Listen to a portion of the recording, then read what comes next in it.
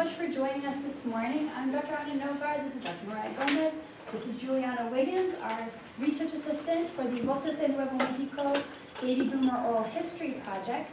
And we're here presenting today in the Language Learning Center here in Ortega Hall about how we've integrated our research project into our teaching, which is a cross-college course that Myrriah and I are teaching kind of in collaboration with one another. We want to thank many people, but since we're here at the beginning of the talk, we'd like to especially thank Pam Castaldi and the Language Learning Center, not only for giving us a space that was big enough to accommodate our combined courses, but also for providing us with the iPods that we've been using, that we've been able to have our students use in conducting their field research. And Myrriah is going to talk a little bit more, is going to offer a few more agradecimientos to some of the funding agencies that have helped us, but Pam, we wouldn't be able to do this class without your help, so thank you very much.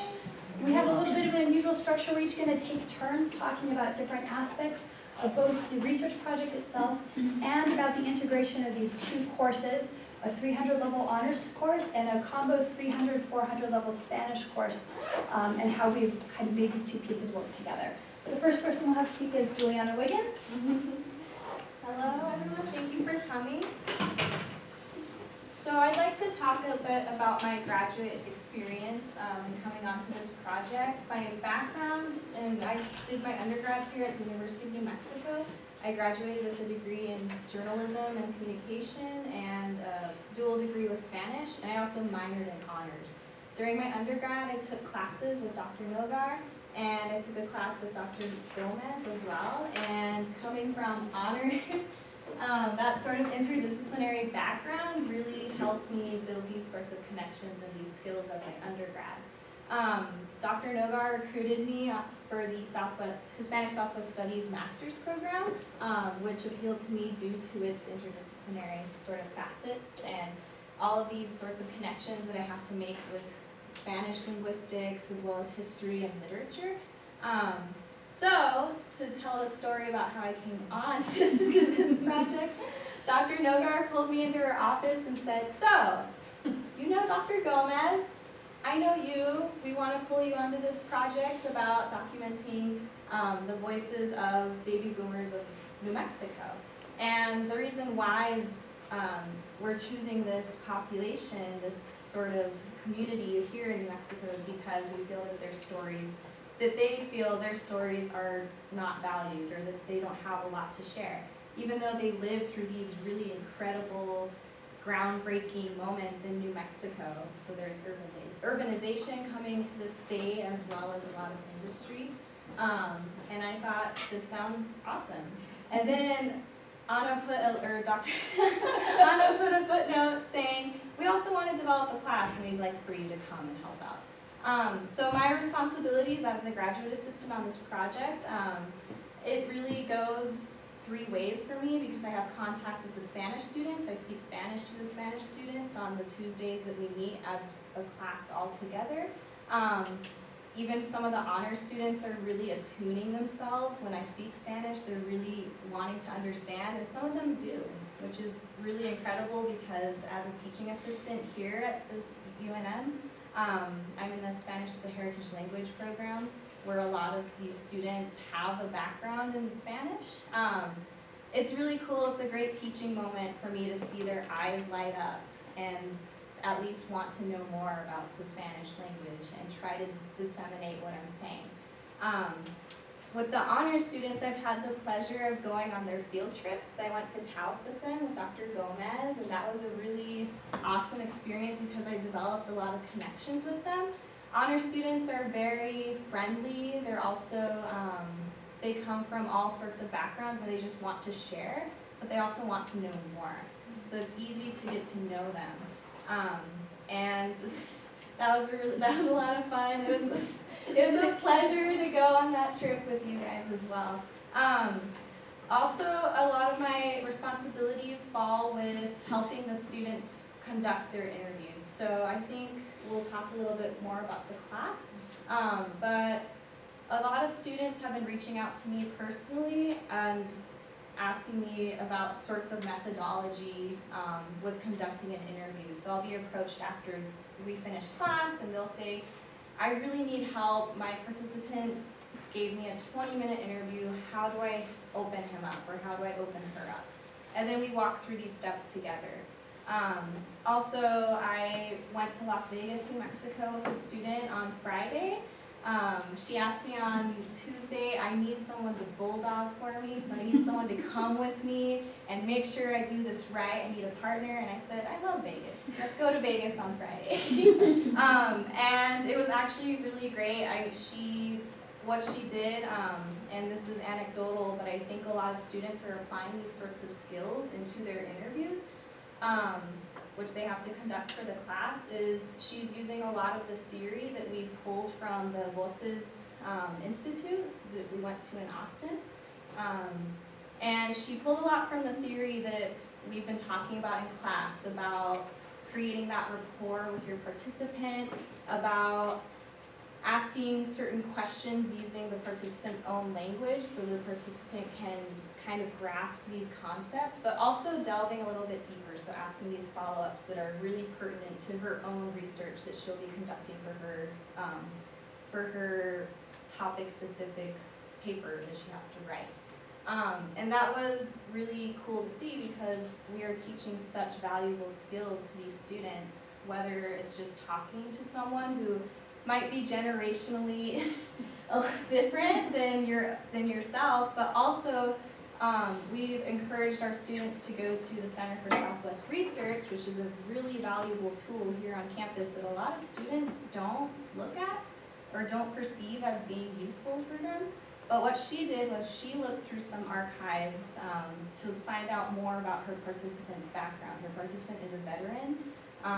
He went abroad in Germany for about a year and a half, and he moved back to New Mexico after his tours. So she was able to ask him these certain questions. She was able to ask him these questions to really get him to open up, because she had done her background research, which is one of the top 10 commandments for conducting an oral history interview. One of the commandments we learned at the Institute. So it's just been, to speak to my experience, I came from an interdisciplinary background, and coming onto this major project has been a pleasure. I'm very grateful and thankful for the Language Learning Center, for the Center for Southwest Research, for the librarians and archivists as well. It's helped me in conducting my own master's thesis, which I'm also doing oral history interviews with New Mexico Highlands students, so students who were attending New Mexico Highlands in the late 60s and the early 70s to document the Chicano movement at New Mexico Highlands. So I've been applying little types of pedagogical skills into my own research, and also just developing these relationships with these really special students. Yeah, thank you. And Julianna is, of course, way too modest. She is doing a master's thesis on the fomentation of the Chicano movement at Highlands University in the late 60s. So doing archival research at their version of the Center for Southwest Research, which involves traveling to Las Vegas to do that research, doing oral history research by interviewing students, as she said, who attended Highlands at that moment. And she presented last week at the Shared Knowledge Conference a poster on this research as she continues to work on it. So that's just her as a student. Within our project, Julianna's been absolutely indispensable.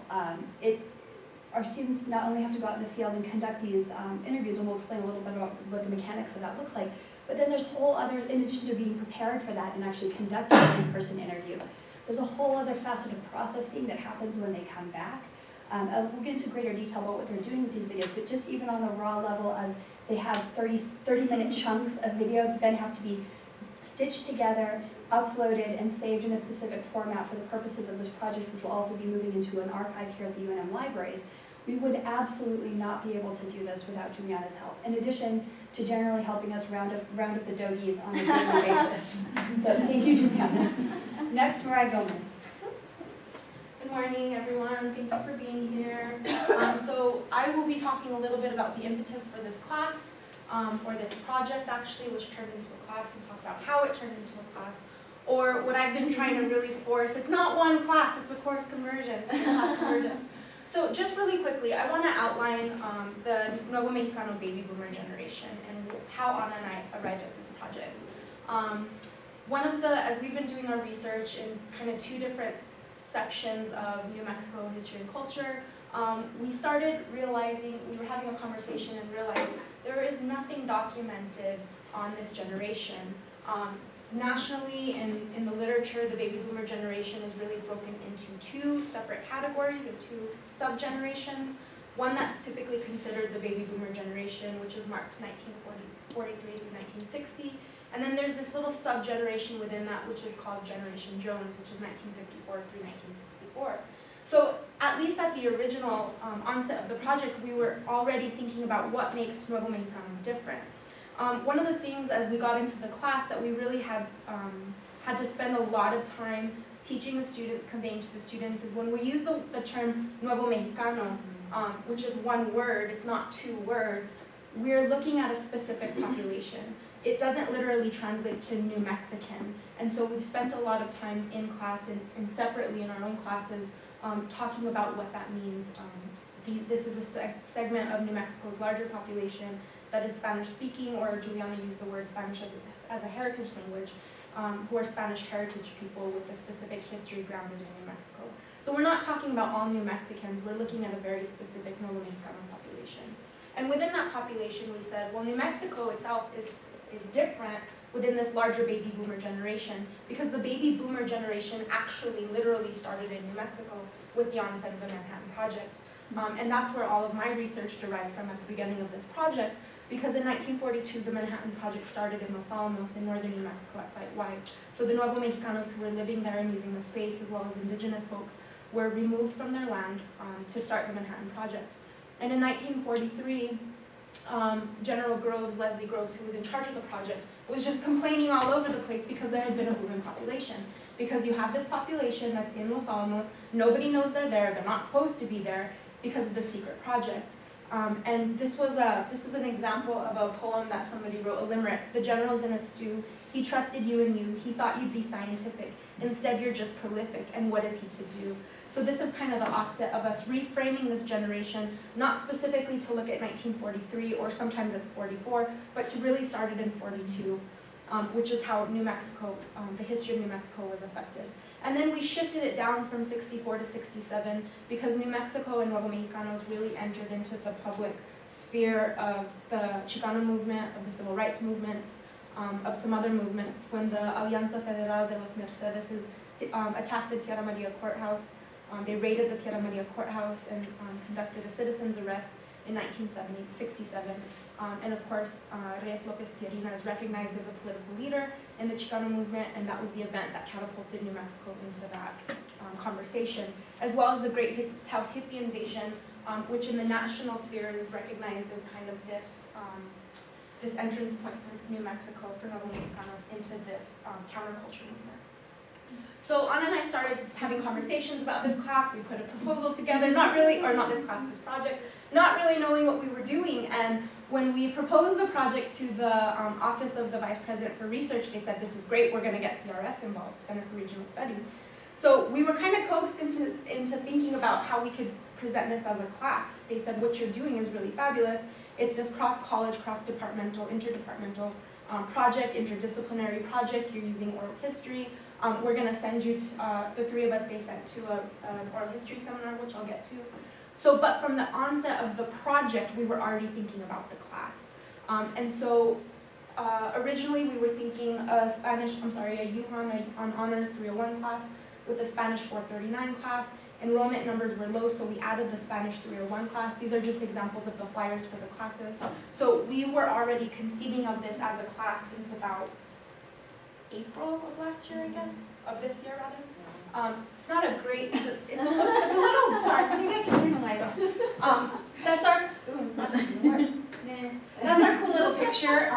Our New Mexico Baby Boomer Oral History Project team with Todd Moy, who's the president of the Oral History Association, and Maggie Rivas Rodriguez, who is a front runner in oral history research, especially pertaining to Latinx folks in the United States. She has the Voces, the original Voces project in Texas, which has spent a lot of time documenting oral histories of Latinx who were involved in military and veterans. So we went to this seminar, the Voces Oral History Seminar, for a week in Austin, Texas this summer. We learned a lot. Anna and I expanded on our purview of oral history methodology, and Julianna also, not just for our project, but for her own project. And so we were able to get a lot of tools, as well as teaching tools, especially because both Todd and Maggie teach classes on oral history. And so just to frame this for you all, those of you who are not familiar with oral history, this is a picture of Julianna interviewing my dad this summer, actually, conducting an oral history, which was one of the first oral histories, and I'll get back to that. So it's a recorded conversation between two people meant for posterity. Both members of conversation are approaching it with that understanding. One person has done something historical, and one is a researcher. And so the original project this summer, when we got back from Voces, we had already received IRB approval. One of the problems with UNM, we actually gave a talk for the Center for Southwest Research on the Oral History Initiative at UNM last week, 2 weeks ago? CRS rather. And one of the things that we talked about were the problems or the challenges at UNM that prevent us from fully engaging in oral history at UNM. One of which is that we still have to go through IRB at UNM for oral history research. We shouldn't be, but that's another conversation. And so when we got back from Voces, we already had our study approved, and so we started with a select group of oral histories with what we call life histories, which are typically longer oral histories. They don't cover a specific moment in time. It's kind of a general history of the person. And so Anna, Julianna, myself, as well as 2 undergraduate students from the Honors College. So with the help of the Honors College, we got Honors Research Institute, where I received Honors Research Institute funding this summer to invite 2 students from the Honors College onto the project, Katie Irvin and Kelsey Martin, who helped us with the project throughout the summer. Through them and also Julianna, we were able to contrive a class that was appropriate for undergraduate students, and do so in a way that we thought would allow Anna and myself to each keep kind of separate classes or hold separate classes that upheld, certain requirements for honors classes and certain requirements for Spanish classes, as well as accomplish our individual goal or our collective goals, I guess. So this summer we conducted oral histories in Las Vegas, in Poaque, in Taos, in Santa Fe, Española, Las Cruces, and Belen. Based on those oral histories that we conducted, we made changes to the project, and we were able to develop the class. So here are a couple of photos with one of the first people who we interviewed this summer, Lloyd Rivera, in Taos. You see this is Kelsey and Katie and Julianna and Anna and Mr. Rivera, and we did a group, kind of a group interview on this one. We sat outside of the Taos church for over 3 hours interviewing him that day. We had to shift our chairs several times. Julianna and Katie ended up with sunburns. But it also allowed us to understand how long these interviews should last for the students. So we were really just doing some of the foundational work. Here are a couple of other people. So we really tried to target educators in our summer interviews. That wasn't the initial plan, but what ended up happening is that we realized educators really had something specific to tell our students, and they would also be sympathetic to our students who were learning these methodologies. This is all new research, conducting qualitative research for our students, and that they would be sympathetic and kind to them.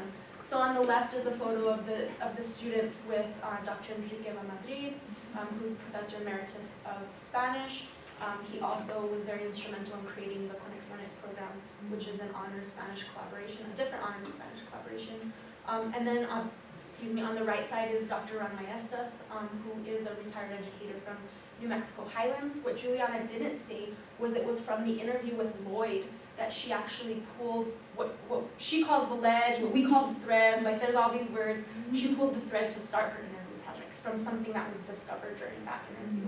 And so she's really been able to model, as the class has gone on, how the students go from conducting a life history interview to pulling on a thread to conducting research, to conducting a second interview, and then what they're going to do with that research later. And we'll get to that. Anna will talk more about that. Here's another couple of photos of Katie and Kelsey sitting at the table with Irene Oliver Lewis. She was a foundational member of one of the theater companies here in that was based here in Albuquerque. And you can see in front of her is she has all this memorabilia laid out. So one of the things we also started to talk about was what are we going to do if people have all of these materials that they want to donate? And so we started to, at that time, conduct conversations with the UNM libraries. Basically, hey, can you help us archive this project? By the end of this semester, the interviews that we started collecting in the summer, plus the interviews that the students will collect or will have collected, we'll have close to 100 interviews by December. And so, as we've found out, one of the difficulties is that these take a lot of, like, my laptop's done. It's just totally done. I have no more space on my laptop. We tried to use Dropbox initially. We thought it was a great idea. We quickly learned how Dropbox works with just space on the computer, and we realized that's not a great idea anymore. We ended up buying a 4 terabyte external hard drive, and that's kind of what we're using right now, but the library is helping us figure out how to archive all of this material. And the ultimate end goal is to have a public-facing archive, which is basically like a website that the public, the general public, can access these stories and these histories, these oral histories. You know, one of the things with oral history is that it has to be returned to the communities from which it comes. It's not something that's supposed to be used for academic purposes only and be kept inside of this ivory tower or adobe tower as we are. So here's an example as we started to prepare the class. I'm going to outline a few things, parts of the class that Arno will talk about more specifically. But in terms of the student learning outcomes, there were ways that we could meet in the middle and find some central learning outcomes that both of the classes could attend to. One of which is that they could understand the history and culture, or the history of New Mexico, or northern New Mexico. For my class specifically, the class was focused on northern New Mexico. My class had been accepted by our honors curriculum committee, so I couldn't diverge from that too much. I still had to be able to teach everything that I had promised that these students would learn in the original student learning outcomes.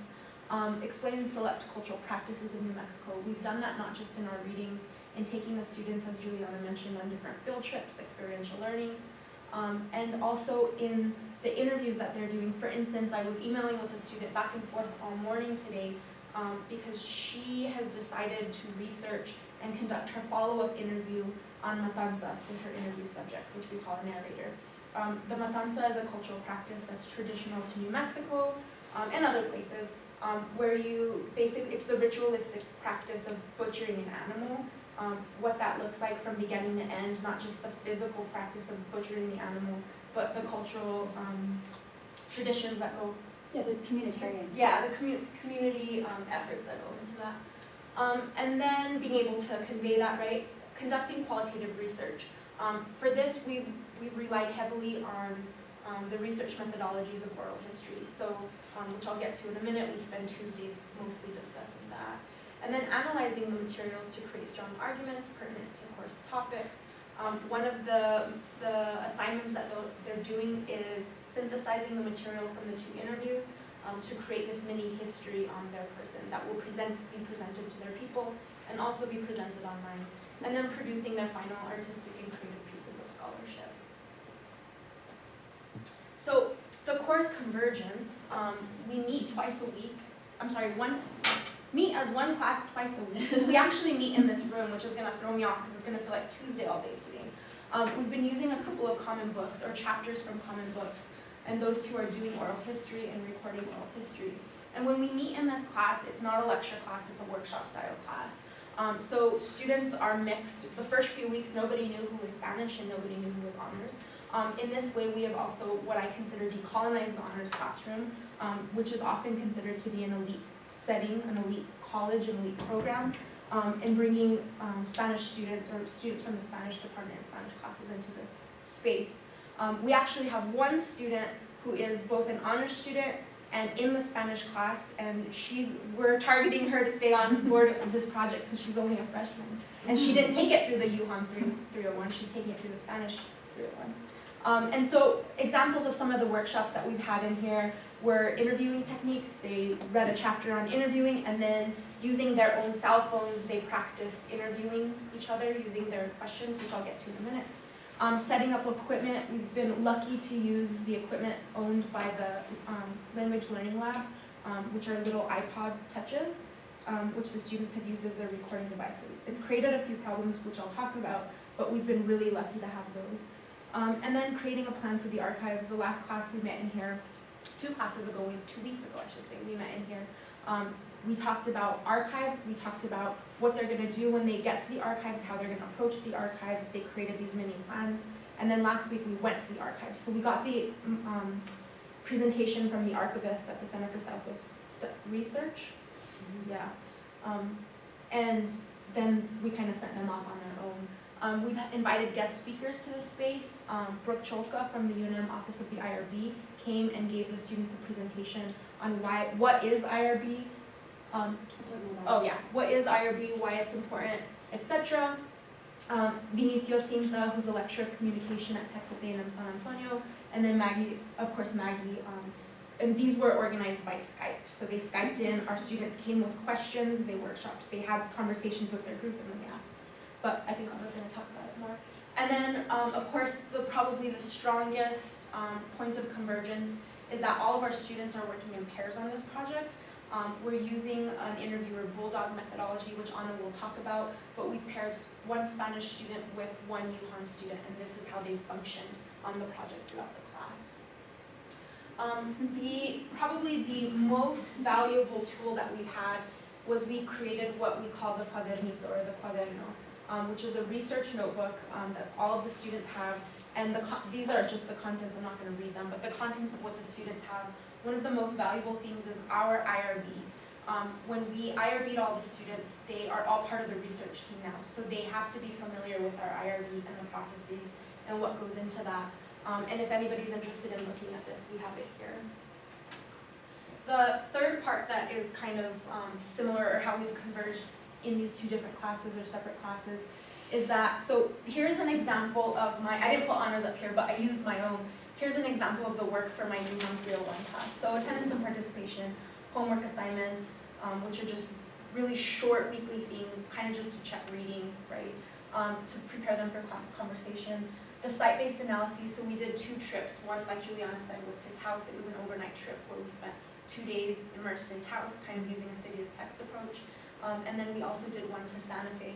And then the oral history project is 50% of that grade. So within that 50%, this is the bigger breakdown, and Anna and I are both using this to grade our classes. So the city and COI training, which was the very first step, they've had to conduct 2 interviews. The life history interview or life story interview, which is the first one that we have collected from all of our students already, with very few. I think we only had 1 mishap really, right, in the scheme of things. For some reason, the students tested their sound and it was fine. And then when they went back and watched it, they did that their actual recording, they didn't have any sound. This was a woman who talked about how her father was friends with JFK, and we're like, oh, we just passed it. But we've had to troubleshoot a lot. Then they're creating keyword indices for both of their interviews. So we decided at a certain point that transcription was not as important to teach the students in terms of an outcome or an assessment tool.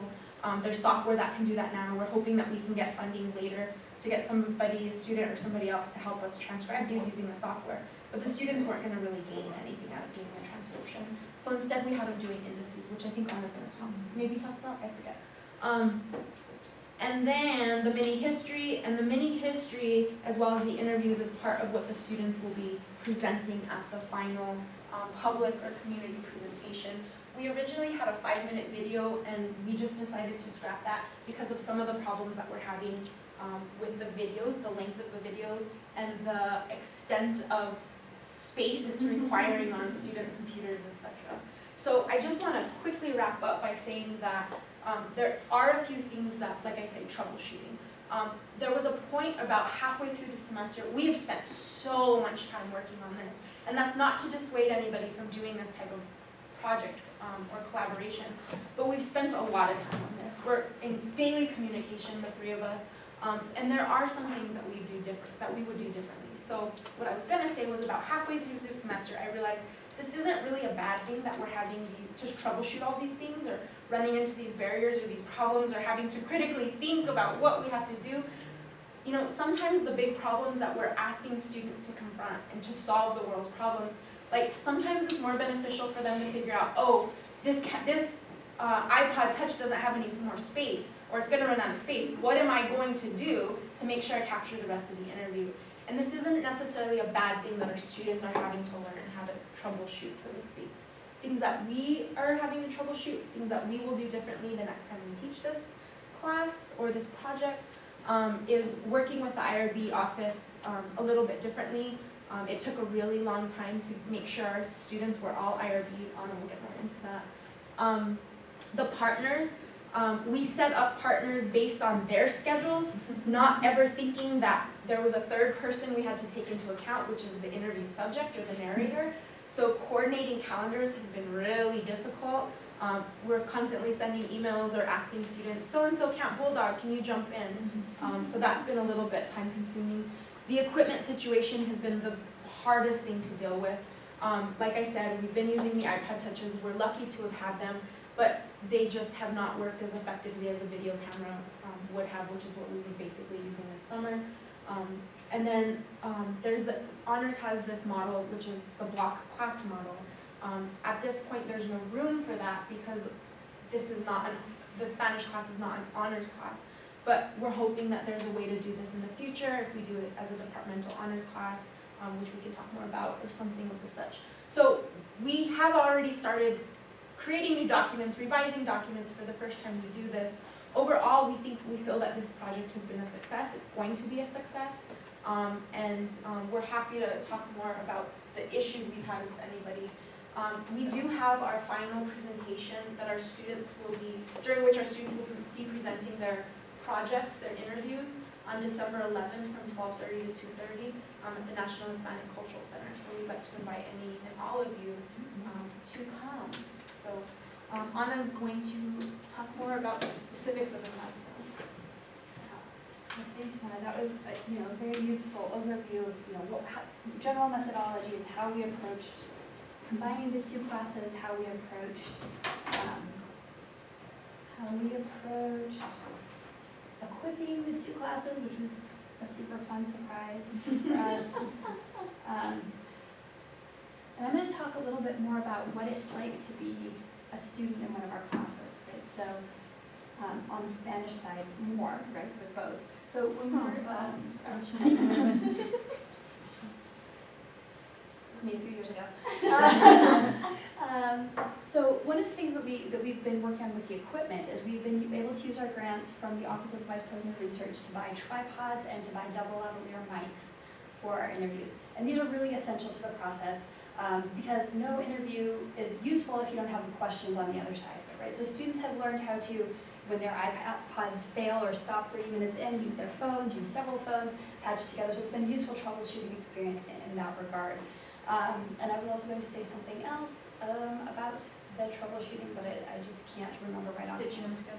Stitching them together. We're also working with the Office of the Vice President of Research to come up with a preliminary slide to frontispiece all of the interviews that we have. So let me talk a little bit about what it's like to be inside the classroom, right, for one of our students. So why are we using oral history? One of the activities I've asked students in my class to do on the Spanish side of the assignment, we've each divided the class half and half, where half of the grade comes from the oral history portion of this project and the other half pertains to elements specific to the departments that we respectively work with. But I asked my students to go through the readings as we do them from the combined class and to write their reactions or comments, to select quotations from these readings, and provide their responses, of course, in Spanish because it's the Spanish course. So why are we using oral history? And one of the students selected, that is a reason for doing oral history, to ask the questions that have not been asked and to collect the reminiscences that otherwise would be lost. Right? Why are we framing the class as a whole for both sides? And this student says, this chapter explores the reasons, explains the reasons for doing oral history research. One motive is to collect memories and stories of people who normally would not be the subject of historical research typically. Furthermore, oral histories can collect personal details that are not recorded or are not generally written down. With life histories, we can understand how individual memories and personal experiences incorporate symbols and versions of collective and public memories. Right, so to explain a little bit the structure of how we conduct these oral history interviews, Myrriah presented our grading rubric, how we sort of assess what they're doing. But students are select or are given a subject for interview. They and their bulldog, and we didn't explain this bulldog very well, but each student in the class has to both conduct 2 interviews and bulldog 2 interviews. So these honors and Spanish pairs go out into the field. One person is the interviewer. The bulldog, which is a term we learned from Maggie Rodriguez, is a trailing student. The trailing student sets up all the equipment, makes sure the batteries are charged, makes sure the microphones are plugged in, makes sure the person is square, keeps track when the video is running out, and in addition is paying attention and writing questions and passing them to the interviewer. This is to help the interviewer be fully present. It's one of the early ideas for this class. Something that I've noted were very few I think students want to have contact with other people, I think they don't know how. And I think that this is one of the ways to teach them how to be with people. And we don't send them out there blank. We didn't go into too many details, and I'm not sure you really want to look it up, but I don't know. But here are the more than 200 questions we came up for the IRB, which students used for their first interview, the life history interview. Students go out in the field, they conduct a life history interview, they bulldog their partner's life history interview, ideally. Julianna set up a really nice matrix for us for figuring out student schedules so we could prepare them in the most ideal manner, which doesn't mean that it's perfect. Students come back, they write a list of keywords from that interview, because as we noted, we are not doing transcriptions of these interviews. We are instead doing keywords as in the finding aids that you will see online if you go to any collection, right? Center for Southwest Research, the Wilson Oral History site. We feel that this is both more a useful pedagogical skill, right? Learning to find keywords, learning to think like a researcher thinks on the backside of the fabric. And also, transcription software is becoming more and more prevalent. They then write a biography. They begin to write a life history biography of the subject of their interview. They go to the Center for Southwest Research and research a topic that emerged in their interview. And so the example that we always give of topics that could emerge from these interviews pertains to 5 sisters who we interviewed this summer in Taos, who are all from TRC. We thought we were going to interview one person, we ended up interviewing all 5 of these sisters together. It was an amazing interview. And they kept talking about a dance hall outside of TRC that their father owned. It was the site of meetings, right, where everyone would get together from the community, where a community was fomented. And so this idea emerged that maybe students could find historical topics that have not previously been explored through these interviews. So students then go to identify a possible topic, go to the Center for Southwest Research, because the most likely sources are going to find for most of these topics are primary ones. Research it and come back with their own list of 30 questions for their second interview. The second list of questions are follow-up questions of the life history, things that they wish that they would have asked more, having paid attention to their video, and also further questions that are based on the historical sources that they found and archival sources that they found at Center for Southwest Research. They then conduct a second interview, each of them with the same person. So again, each student has to be an interviewer and bulldog a second interview. That's 4 interviews in total for each student. Create a list of keywords for that interview, and then edit their life histories. In the case of the Spanish class, they also have to translate their life histories to Spanish, and we're doing select keyword translation. The Spanish students, I would like to add at this juncture, also have been very helpful, both in the sense that Julianna has mentioned, in terms of like bringing a different dynamic to the class. I think often when you have only Anglophone students approaching many of the subjects we're interviewing, there's a lack of background knowledge. There's certainly a lack of sociolinguistic and sociocultural knowledge that many students from the Spanish department bring with them. We have a very large proportion of heritage speakers and second language speakers in our department. And it's been very interesting to see that interaction. Like, we'll watch an interview, we practice, in the Spanish class, we practice watching oral history interviews or listening to oral history interviews and picking out subjects, picking out words, thinking about what the theme of the conversation is. And this is really an area where this collaboration is so important. And not only that, correctly spelling keywords in Spanish is one of the very minor but very important elements of that. Okay, so what else are we getting out of this? These are some of the people that Myrriah mentioned that we brought in via Skype to our class. Maggie Rodriguez, the doyen of oral history research here in the US.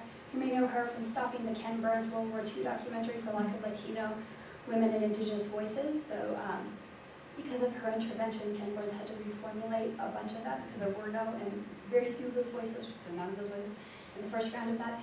So Maggie very kindly joined our class. Her graduate student, Benicio Cinta, who's a PhD candidate, casi filósofo, from UT Austin, and is also a visiting associate professor at Texas A&M, Corpus Christi or wherever. He very kindly came. He's doing, I don't know that you can see it very well in this picture, he's doing oral history on the National Association of Hispanic Journalists. Maggie's from the journalism school. So it was interesting for him to talk to a student who was in the midst of kind of finishing their research, but what it was like to create material on a topic that there was zero information about, right? This association existed. Maggie and Vinicio gave us some great background information about how, typically Latino reporters were given what they both called the taco beat. And instead, this group of Hispanic journalists said, no, we really need to foreground the voices of these communities as news pieces and not just part of some side interest of reporting. So Vinicio has gone in person and interviewed a bunch of different members of this association, including here in Albuquerque. So it was fascinating. He could really field very specific questions from our students about what to do in specific situations. What happens when somebody doesn't want to talk to you? What happens if you find yourself in an awkward situation? So we really wish to acknowledge their kind mentorship of our class.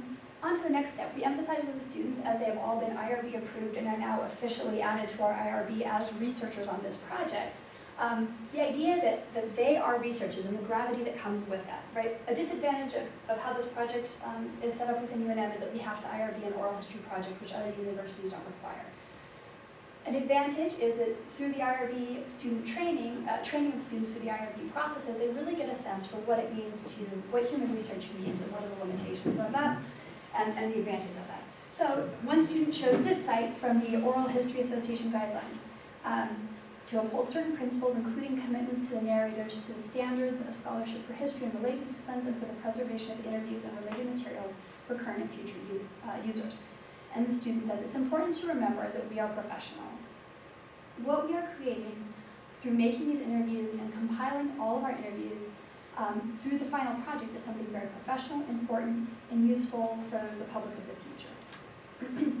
So the UNM IRB office came, conducted a little workshop for us, a little bit of an explanation of what the UNM IRB office is, what an IRB is. And then we had a party for our students in which they started to complete the IRB training. This is another thing that kind of slowed our process down. The deadlines that appeared on our original checklist, we haven't been able to keep with them in the way that we would have wished, in part because of this slight delay. But students actually did a very good job with this. It would also be great if we didn't have to go through all the paperwork process and waiting and adding them to the research project, and the IRB office could come and explain this. There's advantages and disadvantages. One disadvantage is it slowed down our project at every single step. Yeah. And other institutions do not require it, so it's not across the board. Thinking about oral sources and their value, right? So this is helping, this whole part of the presentation is to help see the sort of thought process that students are moving through as they're learning things in this class. This student selected the following quote: a byproduct of this prejudice, that is the prejudice against oral history sources as legitimate sources, is the insistence that oral sources are distant from events and therefore undergo the distortion of faulty memory. Indeed, this problem exists for many written documents, which are usually written sometime after the event to which they refer happened, and often by non-participants. This student says, I chose this quote because it underscores the fact that written documents also have errors because they can derive from oral histories as well. It would be unfair to say that oral history is not believable or is not worthy of believing in just because it comes out of somebody's mouth. Because every part of history comes from human experience and errors in memory of people. So this is sort of, to help them see that this isn't just people sitting in their kitchen telling stories, right? That there is value to these narratives as historical sources. We had our students, as Myrriah alluded to, practice oral histories with one another. We paired them up. All of these are honors Spanish department pairings. And we talked a lot about the importance of learning, this is very candid obviously on the right there, on the importance of learning how to talk and learning how to listen. One of the most important portions of this discussion was about active listening.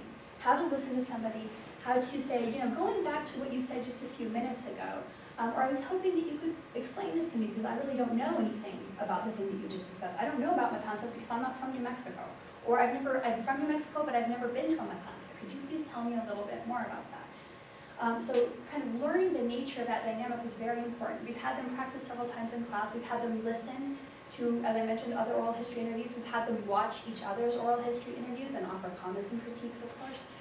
We've also had them, in Spanish class, we had them come up with the parameters for what should be included in these life histories. I sent different tables to different types of finding aids and guides for different types of oral history sources. to look at how people construct the biographies of the individuals who are described in these finding aids. And so they themselves came up with a guide for what needs to be included in the bios and the parameters for what should be included as the keyword in the keyword searches. So, one student who didn't follow my instructions or wrote in English selected this quotation: "One practitioner called oral histories doubly radical and doubly democratic in that it recovered the voices of ordinary people seen as left behind or forgotten by the forces of progress, and in that it began outside of universities pioneered by non-professional historians." I think students really identify that. They don't need to be a professional historian, but they can learn the skills of listening and speaking. They can learn the skills, too, of understanding what they're hearing in these conversations, which is one of the major advantages of this, much more involved but very important process of doing a second interview. This is sort of an ongoing research process. Here's me and Myrriah on a Tuesday. We had a recent conversation with the Center for Southwest Research. This was this past Tuesday. The research librarians at the Center for Southwest Research very kindly set up a research-specific seminar for our students built on the topics that they think they're going to pursue for their second interview. I didn't have time to include the photos because I still haven't gotten them. But we're now sort of 2/3 of the way, if my attendance grades are not lying to me, we're 2/3 of the way through the semester, right? And students, we're now moving to the final phase of this double class ongoing project. So please do come if you have the time and interest on the 11th of December at the National Hispanic Cultural Center from 12:30 to 2:30 to see what these students produce. Would love to have a few minutes for questions if there are any, and thank you for coming today.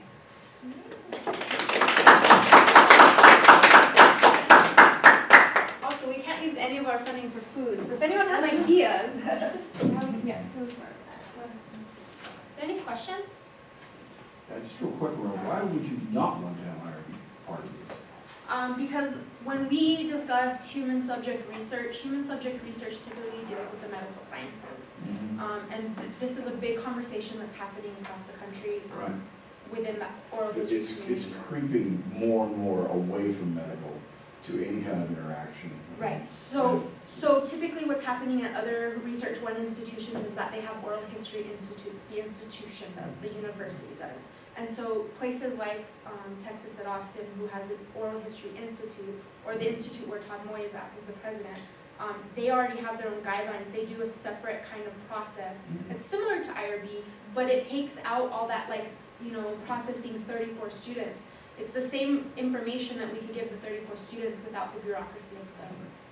Although one thing that you point out is I want to have IRB training, somewhere built into the honors curriculum, because I do think that the research skills, the gravity, the importance of research, and why it's there, that in and of itself is just a series of very, very useful skills for the students to gain.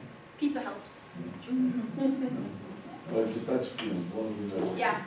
You see, I know there's different ways to skin the cat, but I do think that approach, having that built somewhere in where every honor student gets that at some point early on, freshman year, then you would receive that. We have a framework for it. Yeah, you as in a junior level class, you'd already receive kids who already have IRB training certification. I will just add that it's, I've mentioned before how instrumental Julianna's been to this project, but it is incredibly time consuming to do that. Yes, it is. And involves a lot of time, and we were extremely motivated to make it happen in this particular class, but it takes a lot of effort. Right, it does. But I mean, there are ways to skin on that too. Are these classes going to be repeated, like expanding the? Interested? Enroll. We hope so, Yeah. yes. We're not going to be able to do it in the spring, and then Myrriah's on leave this coming fall, research leave, but that's the plan. The plan is, if possible, we'd like to continue doing this. This is like anything, this is a first run. We threw our best stuff at it with the best information we had from the best people who trained us at UT Austin. We were actually very grateful at some point that we hadn't advanced further in our oral histories this summer, because we learned a lot of things at that seminar that helped us not make some very foolish mistakes. And it also helped us think about, you can't really cite an oral history source and then say it's in my closet on a disc in a shoebox, right? That's like saying, that's like a historian saying, well, this document exists somewhere, but I'm not going to tell you where, right? So it really brought to our attention the fact that this is to do this responsibly, you need to make it accessible. First of all, you need to involve the community with which you are working. That's the most important thing. And then the second thing is you need to make it accessible. It needs to be where people can find it in some sort of sensible manner, which is why before we even started this class, we were already talking to the library about what to do with what we found. So we don't see it as like a this semester and check it. Yeah. Are you guys familiar with the Voices of Witness project out of San Francisco? You might be interested in it. It is, they've published a series of books on doing oral histories of people, often in San Francisco, from all over the world, and having people bear witness to all kinds of things. And they produced a whole bunch of educational books of these oral histories, and they have training materials. And I just want to say, I think you guys are doing this fabulous. I think they did mention that at the seminar, now that I'm thinking about it, because I think that's one of the series that trains community members to do oral histories. So, yeah, we'll have to look at that. Might be a model for publication. We actually were already asked to co-author an article, and so we're in the process of doing that about this first run of this classroom project. So look out for that. I think it's going to be the spring 19 issue. February 2019 in Spanish and English. What a neat project. Right, in your research, particularly in Plaza, have you ever run across an individual named Pat Moore? Pat Moore? Pat Moore, M-O-O-R-E. He is an oral historian. He was with me at UWF and came here specifically to be the oral historian at Los Alamos and Thomas. And so that's somebody who maybe down the road I should connect you two together. Yeah. I'm pretty sure he is not focusing on the Nuevomexicana like Yeah. you are looking at. I'm sure that's very much on the Manhattan side with all the people coming in. But he's somebody that maybe you might have a good connection with because he knows an awful lot of the individuals who are associated with all of the Manhattan. I'll have to get that name. And I know him very well. He'll come down here for lunch, I invite him. Did you have another question? Yeah, were the interviews conducted in English and Spanish, or? Yes. Okay. So one of the reasons that, there are many, many, many reasons to do it this way. One of the reasons is that, you know, we have Spanish-speaking students. We have students for whom Spanish is their home language, it's their dominant language. And so if interviewers regularly throw out hooks to see if the student will respond in Spanish to them. And if they respond in Spanish, then they will respond in kind. So we've seen really interesting incidences of that in these interviews. If they think that you'll respond back in Spanish, then more will come your way. We've also seen the opposite, which we're going to have to analyze more, which is that when a narrator, an interview subject, perceives that the student has no capacity to understand the Spanish, that they totally change their lexicon. It's actually been fascinating to watch. Yeah, I'm a linguistic. Yeah. Sarah? This is amazing. I mean, just looking at the logistics of putting it all together makes my brain hurt. Because I wanted to ask you, Anna, a little bit, because you not only had the 300 level version, but also the 400 level version. And how did you, what were some of the things that you added to each course or in terms of the requirements to match the levels? So the first thing is to note that I can't combine them in like UNM Learn, so every single assignment has to be like separately constructed for each. So it's like teaching two separate classes in terms of like infrastructure and grading and stuff for the class. The second thing to note is I have always enjoyed teaching classes, and I've done a 500-400 combo in the past because I feel that the more advanced students are often very good mentors to the younger students. And that has really borne out in this case. In this class, we have two non-traditional students, actually, one at the 400 level, one at the 300 level. The one at the 400 level has conducted oral histories before, and so he's been very helpful, and he's having a fantastic interview with Darren Cordova from the house. So he's been really great in terms of helping us think about certain aspects of doing this type of research. In general, I add a few extra assignments for the 400 level students, and I ask them to help. Actually, I think part of the things are supposed to be helping some of the honor students with the translation of their vidas into Spanish and of their biographies into Spanish. But they're I also lean on them a little bit more to help with the 300 level students.